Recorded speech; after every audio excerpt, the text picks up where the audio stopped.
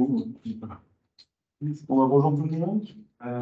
C'est un plaisir de vous avoir ici. Moi, je m'appelle Bertrand Dor, avec Valentin Dubois, on co-dirige l'atelier Planète au sein du bâtiment Café.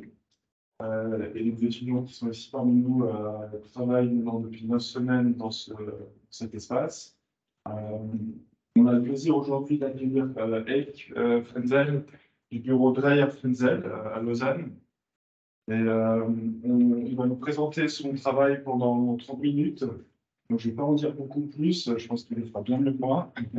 Mais en tout cas, ils ont une approche très intéressante, que ce soit par l'écrit, par la photographie, par les bâtiments construits et même par leurs vitrines, pour communiquer leur travail et puis la critique par rapport déjà en tant qu'architecte, comment on se positionne dans une société et puis transmettre leur message. Donc, merci beaucoup déjà d'avoir accueilli, reçu notre invitation. Et puis, donc on a à peu près 30 minutes, puis après, on a 15 minutes à peu près de discussion, des questions. Et puis on se réjouit. Donc, la parole est à toi. Et puis, un grand merci à toi. Oui, alors merci pour l'invitation. Bertrand m'a mandaté de parler un peu sur nos vitrines. Donc, j'imagine lien avec mes activités ici. Donc, je me suis directement plongé dedans, c'est assez exhaustif, mais je pense qu'on va arriver dans les 30 minutes. Alors, oui, tu l'avais déjà dit, je suis architecte. On a un bureau depuis 2008 à Lausanne. Et on avait toujours, au-delà de l'architecture, des autres pratiques qu'on a amenées dans notre ça veut dire que au début, c'était plutôt un financement à l'envers, où l'architecture, c'était un peu notre hobby et nos activités qui nous payaient, c'était Yves, les textes, et moi, la photographie. Et on avait toujours aussi une grande proximité à tout ce qui est de l'art, toutes les disciplines qui rayonnent un peu autour de notre discipline, disons que ça, toujours du point de vue de la personne, mais pour nous, c'est l'architecture, le centre, et autour, il y a une tas de disciplines qui nous ont toujours intéressés et où on avait pas de peur d'approcher des personnes. En 2013, on a déménagé avec le bureau. On a trouvé de nouveaux locaux à Lausanne, dans un immeuble du 19e siècle, Sougar. Pour ceux qui connaissent un peu Lausanne, vous imaginez un peu le quartier du 19e siècle. Et on a des magnifiques arcades au rez-de-chaussée avec un bureau d'architecture. Il y avait déjà un bureau d'architecture, donc eux, ils cherchaient plus petit, nous, on cherchait plus grand, donc on a fait une rocade. Mais on trouvait ça assez boring, assez ennuyeux d'être avec un bureau au rez-de-chaussée. C'est à peu près les pires affectations qu'on peut s'imaginer au rez-de-chaussée parce qu'il n'y a rien de tout ce qui se passe. Il y a des gens qui souvent, il n'y a personne au bureau, voilà. Du coup, c'était très clair pour nous. On voulait faire quelque chose avec cet espace public qui nous a été codifié par défaut. Une vitrine, c'est un écran, c'est l'interface, les dialogues se mettent tout de suite en place. Et nous, on a aussi, dans une spontanéité complète, opté pour des projets d'art avec cette idée d'alimentation d'espace public, comme, disons, chaque vitrine d'un magasin de vêtements ou quoi que ce soit est mieux qu'un bureau d'architecture. Donc, on voulait avoir quelque chose qui change régulièrement, mais qui pourrait vraiment représenter aussi un plus-value pour le public. Donc, on a commencé à inviter des artistes On était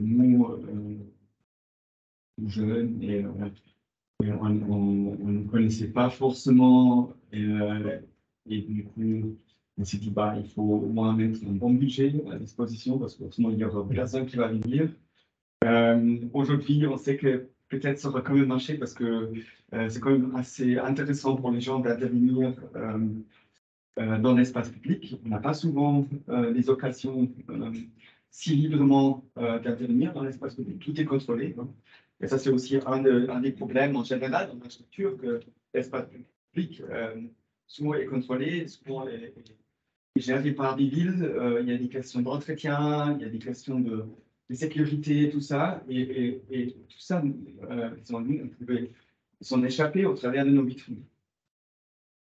Alors, aujourd'hui, on regarde sur 10 ans de vitrines avec en total 23 éditions de vitrines. Vous voyez ici tous les flyers. Donc, c'est des vernissages publics à chaque début de vitrine. Après, selon comment, pendant le Covid, ça a pris un peu plus de temps. Et normalement, on a entre 3 à 4 vernissages par année. Et après, les installations restent si on les supporte. Ça, c'est aussi, il y avait des cas où il y avait des choses qui étaient pas très compatibles avec ce qu'on faisait au bureau, et du coup, la durée d'installation était juste de l'ordre de 2 semaines, des choses comme ça. Donc, ça, c'est aussi un peu le deal qu'on a avec les artistes. Si ils ont carte blanche, on leur donne une carte blanche. Mais si leur œuvre nous dérange, ne permet pas le fonctionnement du bureau, bah, on l'altère ou on casse la moitié, etc. Donc, mais tout le monde est d'accord avec ces conditions-là. Donc, vous voyez ici, chaque artiste nous livrait une image, un titre et une couleur. Et avec ça, on composait chaque fois cette flyer qu'on envoie à notre réseau qu'on met sur Facebook, etc. Et après, ça vient qui mieux. C'est complètement public.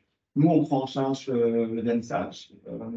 Ça aussi, si on veut créer du collectif, il faut idéalement 2 choses, c'est la bouffe et la musique. Mais au moins une des deux, et nous, on sert donc à manger et à boire, et ça nous fait toujours une quarantaine, cinquantaine, ça dépend beaucoup des artistes aussi, parfois. On avait déjà des très grands vernissages, des artistes disposés d'un très grand réseau, les artistes plus locaux. Donc voilà, c'est effectivement des artistes de plein d'endroits. On est on n'est pas des curateurs, on n'est pas une galerie, on ne vend pas des choses, on ne prend pas des marges sur des choses qui seront peut-être éventuellement vendues.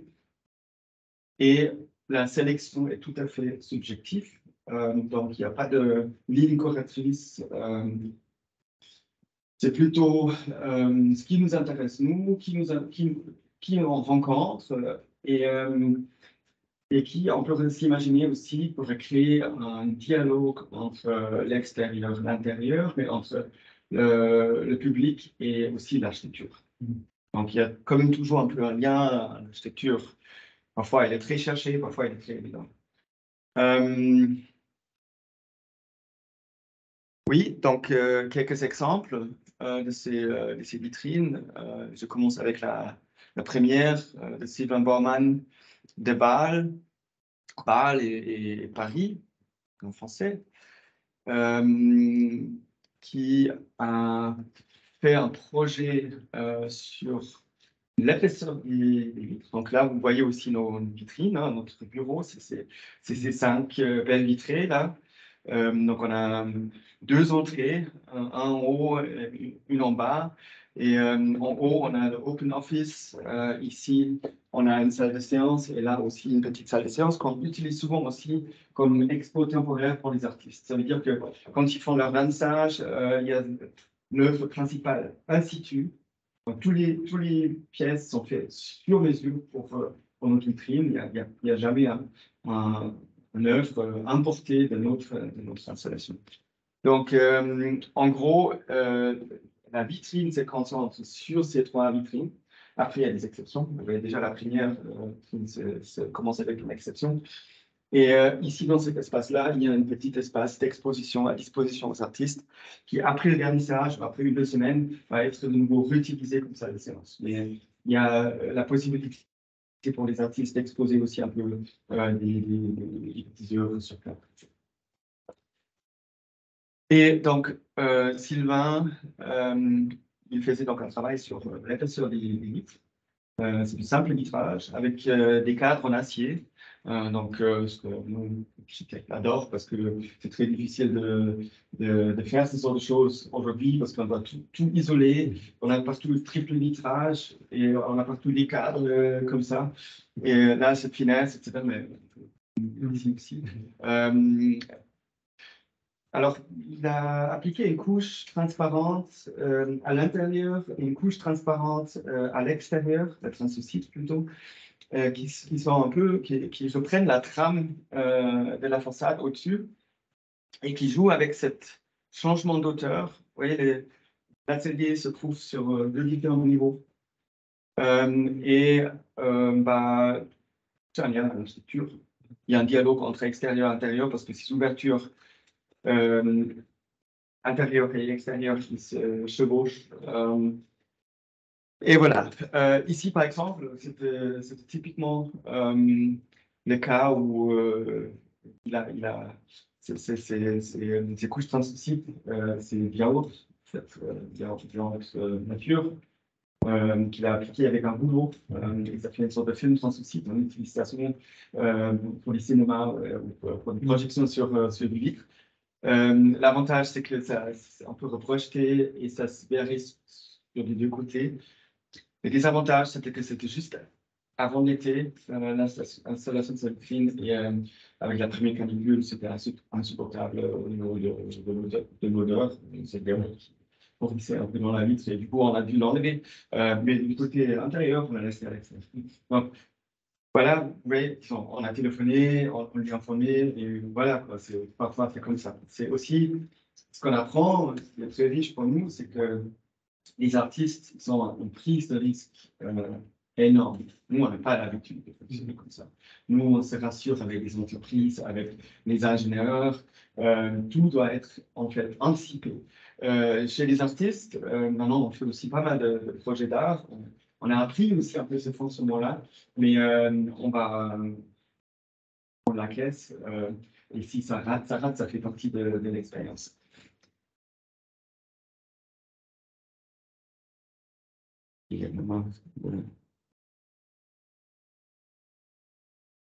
Donc, voyez, ça c'est depuis l'intérieur. C'était assez intéressant ce qui s'est créé tout d'un coup. Pour nous, l'interface c'est complètement modifié. Ouais, ouais. Ah bon.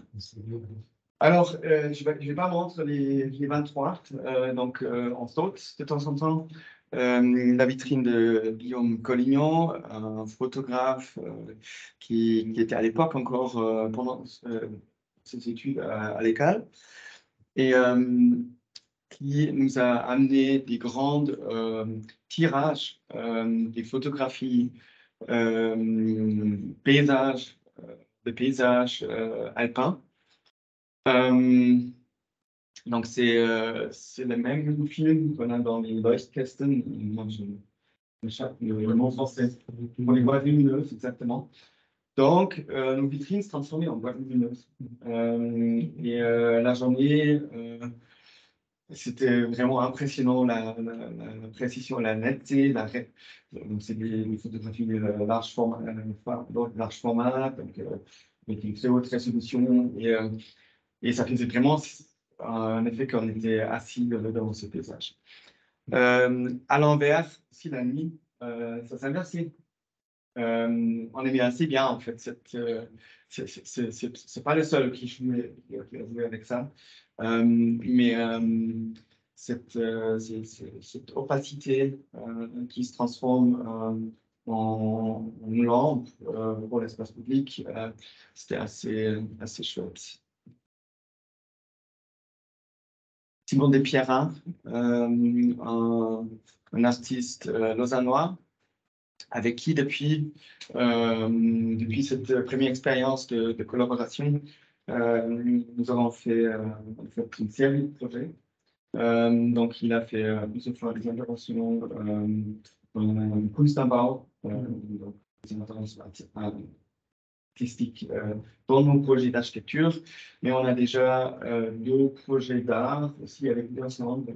Entre autres, là, on était samedi au vernissage de BR, de vitrine, de sculpture dans un magnifique parc au Chablais, au Valais. Bon, au Valais, c'est un point que bah, ça, c'était un peu la première expérience. Et pourquoi je dis collaboration? Parce qu'on a mis aussi dans notre cahier de charges une clause comme quoi on pouvait discuter avec les artistes préalablement. On pouvait les déranger, on pouvait leur poser des questions, on pouvait leur faire des propositions. Après, s'ils le prennent ou pas, c'est pas important pour nous, mais qu'au moins on puisse avoir aussi un dialogue et qu'on puisse nous amener quelque chose de cette intervention-là. Ça a l'air un peu psychorigide avec cette cahier de charge, mais je vous promets que ça nous a facilité beaucoup la vie.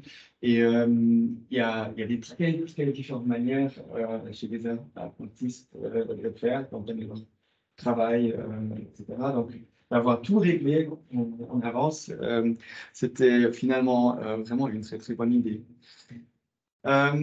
Lui, il avait amené un projet qui passait littéralement de l'extérieur à l'intérieur, avec ses cordes de grimpe, ses cordes un peu élastiques. Donc, il a percé nos vitres au niveau, pas les vitres des cadres d'acier, au niveau de prise de risque. Mais quand on était d'accord de poster ensemble, on était couché après avec plastique. Personne n'a remarqué, mais l'idée c'était que les gens puissent avoir un lien physique avec l'intérieur du bureau. Et on pourrait se tenir au travers de cette corde à la main. Et vu qu'ils sont aussi un peu élastiques, on pouvait tirer et ça bougeait à l'intérieur. La septième, une de mes préférées, de Navid Chop. Navid Chop, c'est un artiste qui vit à Zurich et qui est moitié suisse, moitié iranien. Et toute son œuvre est sur les différentes religions. Et juste en face de notre atelier, il y a la mosquée de Lausanne. Qui se cache derrière donc dans un bâtiment plat, derrière des vitres opacifiées pour des questions de sécurité, pour des questions d'intimité. Et lui, il est venu chez nous et il trouve ça dommage qu'il n'y a aucun dialogue et qu'on se retire un peu dans notre carapace et qu'on est en face, mais on ne connaît pas du tout ces gens. Donc, il a proposé de faire un mouche à laver, mais un mouche à laver qui fait d'habitude avec du scotch. Normalement, avec du scotch noir de l'électricien. Et typiquement ici, c'était le cas où on s'est permis d'intervenir. Donc, il nous a présenté son idée, on a dit super. Et on a dit, mais est-ce que tu ne voudrais pas plutôt faire ça avec du scotch carrossier, vu que c'est lié à nos pratiques. Quand on affiche tous nos plans avec du scotch carrossier, est-ce que ça ne sera pas une option? Et du coup, il a effectivement repris cette proposition et avec un effet assez frappant, donc cette transparence, une hausse dans le scotch qui ils ont donné encore une dimension ornementale supplémentaire à Simon Charabier. Donc, effectivement, pour nous, c'était une installation très bien supportable, très agréable en été. il ne s'est pas forcément créé un dialogue avec la mosquée en face, j'avoue. Mais voilà, on vit en coexistence avec eux depuis maintenant plus de 10 ans. Tout le monde va bien. Peut-être qu'il n'y a pas besoin de plus non plus.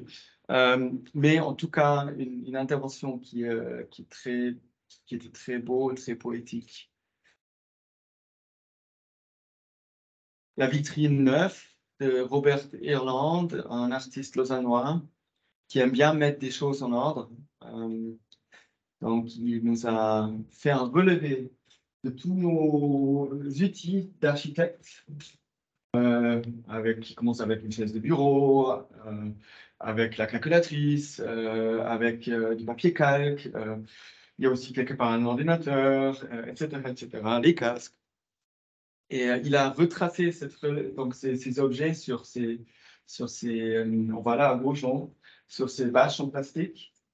Et lui, de base, il est peintre. Donc, il a après transféré ces silhouettes de ces outils sur nos vitrines.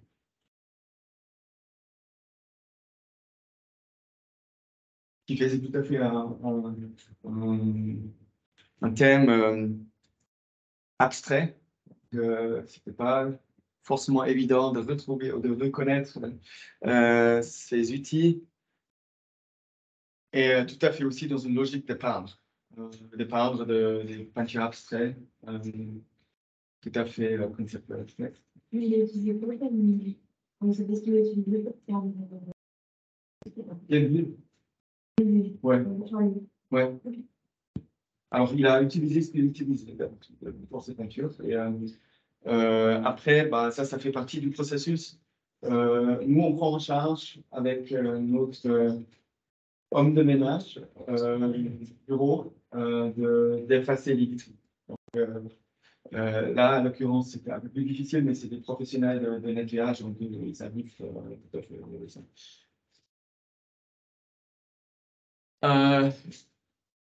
Hemauer Keller, donc Roman Keller, on connaît plutôt comme photographe, qui a fait une magnifique photo pour ce livre sur Zurich, sur les coopératives de logement à Zurich, où il a pris des photos des appartements habités. Nous, on avait aussi invité pour faire des photos avec une carte d'injonction. Et du coup, on se dit, allez, on va l'inviter, on a envie d'avoir de nouveau un photographe. Mais il a dit non, je viens avec mon partenaire, on est un duo artiste et on intervient sur les autres thèmes que je fais moi comme photographe. Pas de problème, faites ça.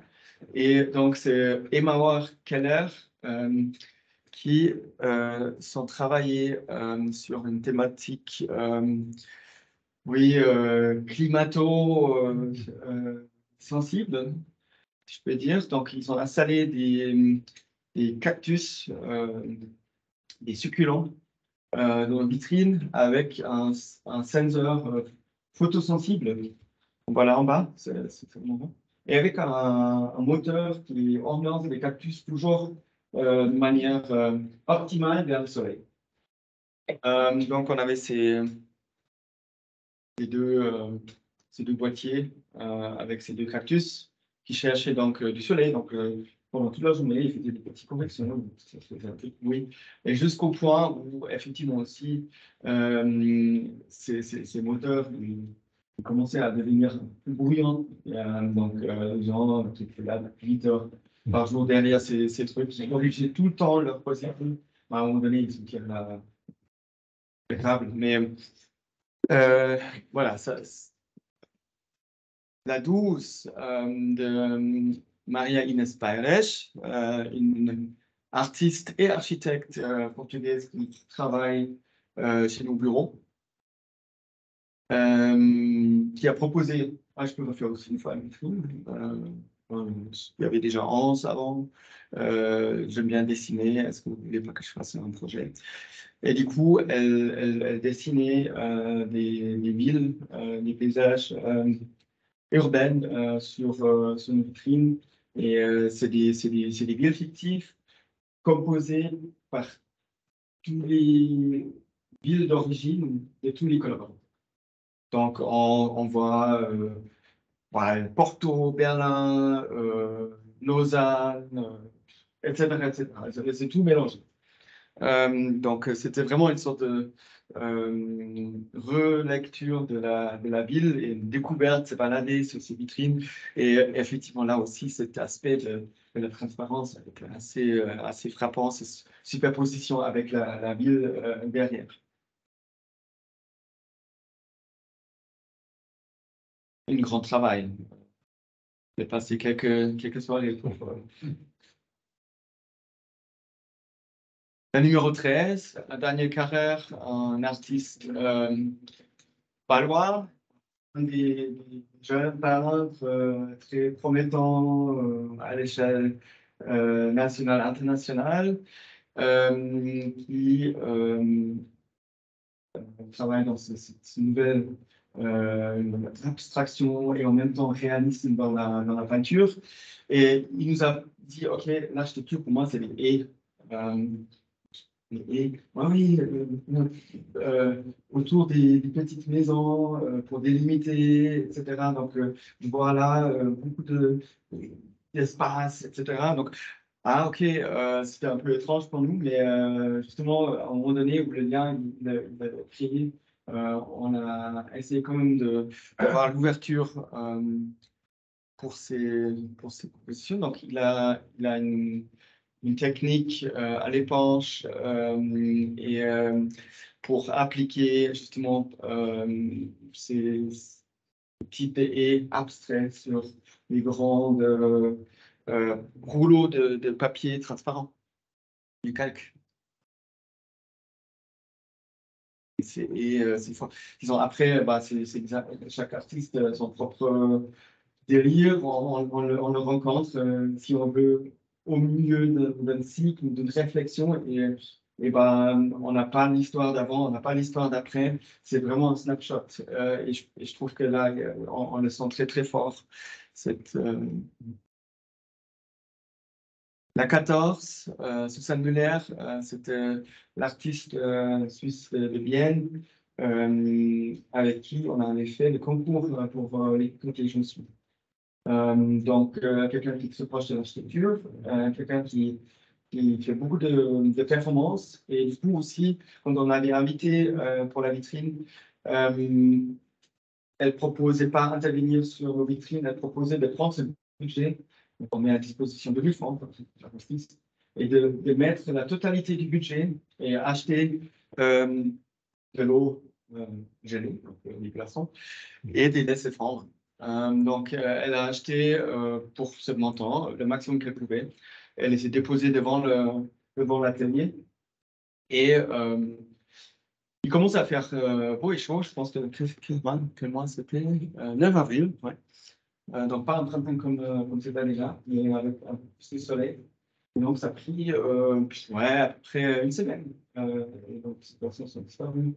Et ce qui était rigolo, c'est que la police est intervenue. Parce que on met des objets dans l'espace public, mais en voyant qu'ils pendaient et en voyant que finalement c'était de l'eau, il n'y avait pas vraiment un vrai levier pour eux d'intervenir. Il fallait juste garantir que les voitures depuis la cour pouvaient passer et que les piétons ne sont pas dérangés, mais pour dire nos stores là. La dernière, là, de la dernière vitre, ils sont à 1,60 m. Hein. C'était comme ça dans l'immeuble à l'époque. Ils sont sur la route, je ne sais pas quoi. Et là, régulièrement, il y a des gens qui se tapent la tête. Et voilà, c'est pas non plus interdit. Donc, ils étaient là, on a discuté, ils participaient un peu au vernissage. Et ils sont revenus régulièrement, ils ont vu que ça diminuait. Et voilà, ils avaient peur que quelqu'un peut reprendre un bloc comme ça et jeter dans le vide. Mais c'était vraiment assez lourd, ça ne se jette pas facilement. Et voilà, quelques jours après. Ossian Fraser, donc un artiste écossais berlinois qui travaille souvent dans les contextes soit paysagers, soit urbains, mais il intervient toujours avec son caméra où il fait des expositions de longue durée. Et après, on voit ici, bah, c'est un peu difficile à... Oups. C'est un peu difficile à voir, mais en fait, ici, c'est une photo d'une cabane de montagne où il a mis une lumière sur le toit, mais avec une tige qui tourne. Et du coup, avec la photographie de longue exposition, ça fait un sort de halo au-dessus de la cabane. Et du coup, ces photos, il y a aussi, on voit celle-là, donc photographier la nuit, on voit le trajet des étoiles. Et du coup, pour notre vitrine, il a repris un de ces trajets des étoiles, il a agrandi à la taille de nos vitres. Avec, je ne sais pas combien de centaines de pixels qu'il a collés un après l'autre dans nos vitres. Donc, on voit ici cette étoile qui bouge horizontalement. Peut-être un peu mieux depuis l'extérieur. Donc, une notion du mouvement qui accompagne les piétons. La CS, une intervention de Karim Noradine, l'artiste lausannois, qui nous est très proche dans sa manière de travailler, un vrai artisan qui est connu par ses grands. Il travaille avec des crayons de couleurs sur des très grands formats. Il dessine toujours des géométries, tout ce qui est géométrique. Je pense que toujours, nous, architectes, cette recherche, on n'a pas vraiment l'occasion de le faire, on a peu d'occasion de le faire dans notre métier. Donc, on regarde toujours un peu à l'extérieur, typiquement au lycée, comme ça. Et il nous a proposé des drapeaux nationale pour le bureau. Donc, il a inventé cette identité avec une textile typiquement de drapeau et aussi fabriquée par l'entreprise qui fait normalement tous les drapeaux suisses. Voilà. Donc, cette textile du drapeau est aussi légèrement transparente.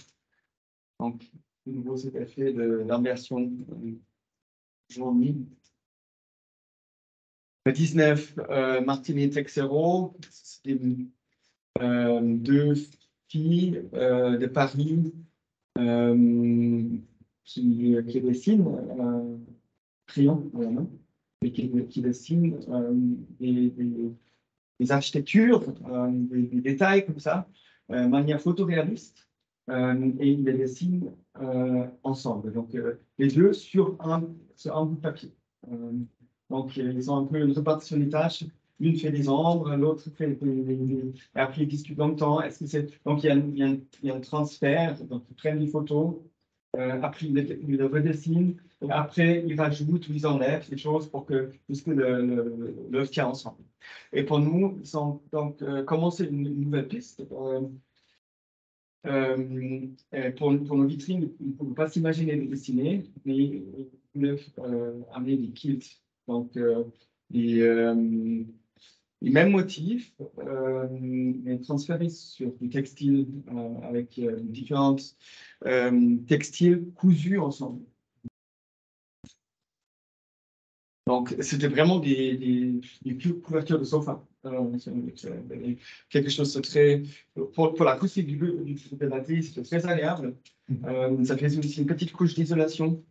Et en plus, c'est des thèmes architecturaux. Hein, on voit les corniches, on voit les...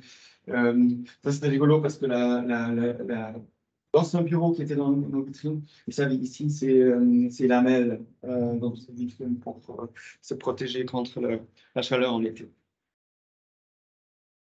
Et une des dernières, de Frédéric Cordier, qui est un artiste suisse-canadien et qui a fait ses études à l'école et qui a fait un travail sur ce qu'il appelle les toppings.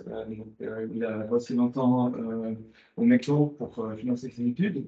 Et du coup, il a plusieurs pistes dans sa pratique. Il fait des papiers peints, il fait des dessins et il fait des grands reliefs au mur. Et pour nous, il a repris cette thématique des dessins et du papier peint. Donc, il nous a fait un papier peint composé de plein de petits burgers. Et cette burger, on peut se poser la question. Nous, on avait cette discussion avec lui, mais pas de burger avec nous. Et je trouvais, en fait, tout d'un coup, on avait trouvé un lien, c'est que les burgers, c'est vraiment représente une bouffe de base. Ça représente aussi quelque chose qui fonctionne à la masse. Et si on veut, ce qui nous intéresse, nous, dans l'architecture, c'est aussi souvent un peu les solutions à la masse, des logements à grande échelle, comment on fait pour que c'est quelque chose de sérieux, mais c'est quand même individuel, comment on fait que le quotidien devienne de qualité. Donc, on voyait tout d'un coup cette porte s'ouvrir et du coup, on s'est dit, allez, super idée. Donc, il nous a fait ce papier peint dans notre salon qui faisait vraiment après un peu salon d'été, des grands-mères, mais avec tout d'un coup cette rupture et cette motif qui n'est pas du tout, qui contraste pas mal avec cette idée de papier peint. Et la façade, du coup, aussi, avec ses chaînes, avec ses spirales de burgers, qui, j'imagine, certains piétons avaient un peu la peine à comprendre, mais voilà, c'est pas grave, au moins ils se sont arrêtés 3 secondes et ils ont pu voir 5 secondes. Voilà. Il y avait un lien avec le dessin du chauffage au sol.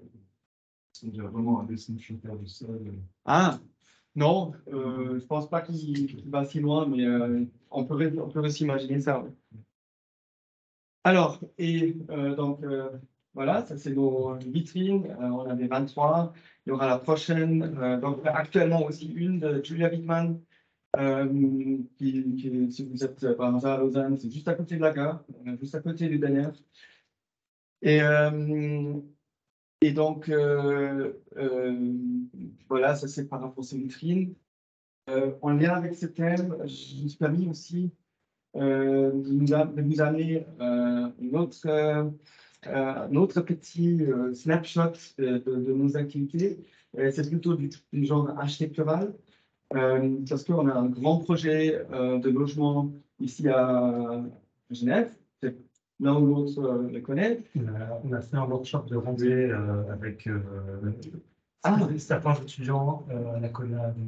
Ah, ok, d'accord.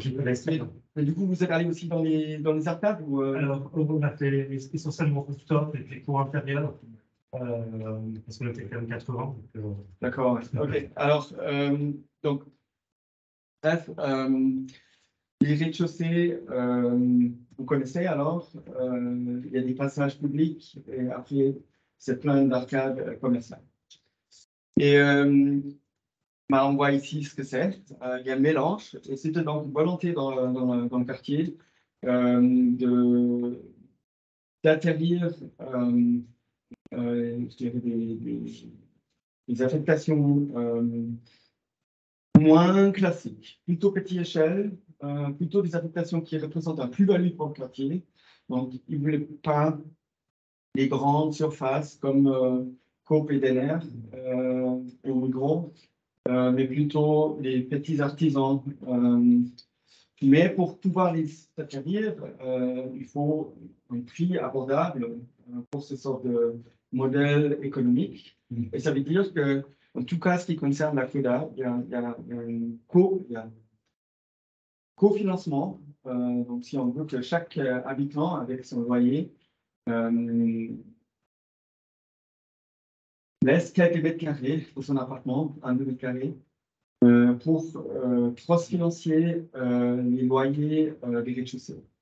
Donc, ils pouvaient offrir des loyers beaucoup plus bas ce qui est normalement autour ce qui est sur le marché.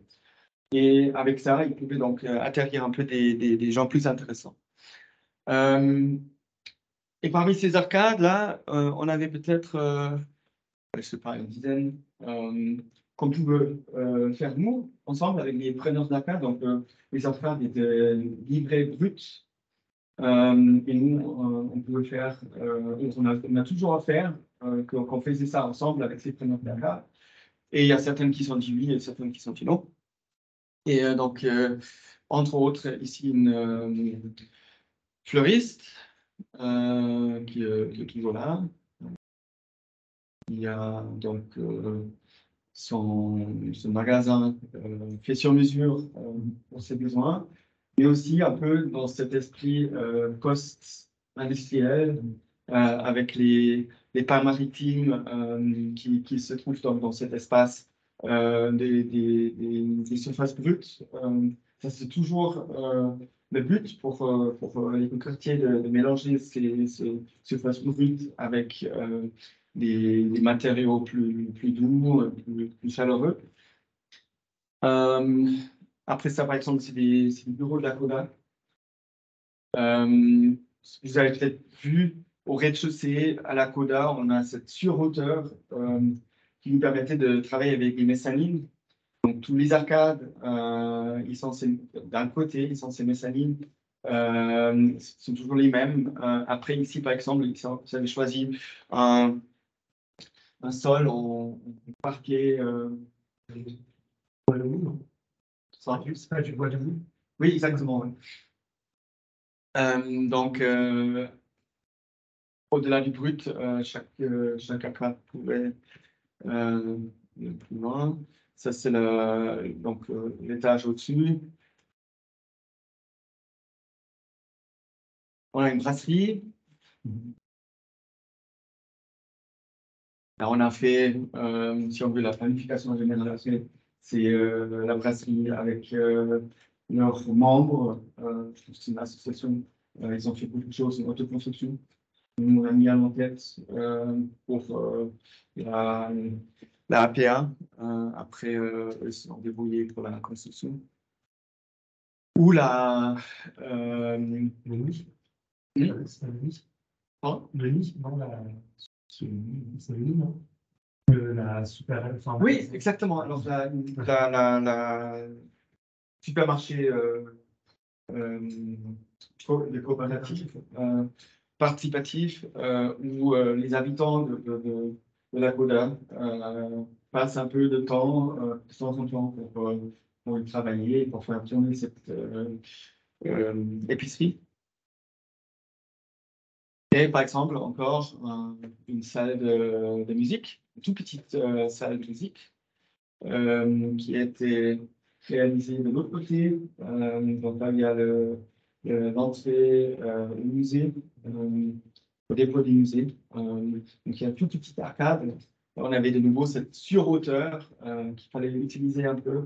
Et pour donc une question acoustique, ça vous connaissez peut-être aussi, il faut toujours dissocier une sorte de capsule à l'intérieur de la structure du bâtiment pour que le son ne se transfère pas. Donc, on avait une sorte de forme du toit qui faisait une propre forme. Aussi, on voit ici, il y a un espace, il y a une vitrine derrière les vitrines qui après a été utilisée aussi comme lieu de mini exposition pour leur offre de cette école de musique. Voilà, ça c'est un peu. C'est mon fin.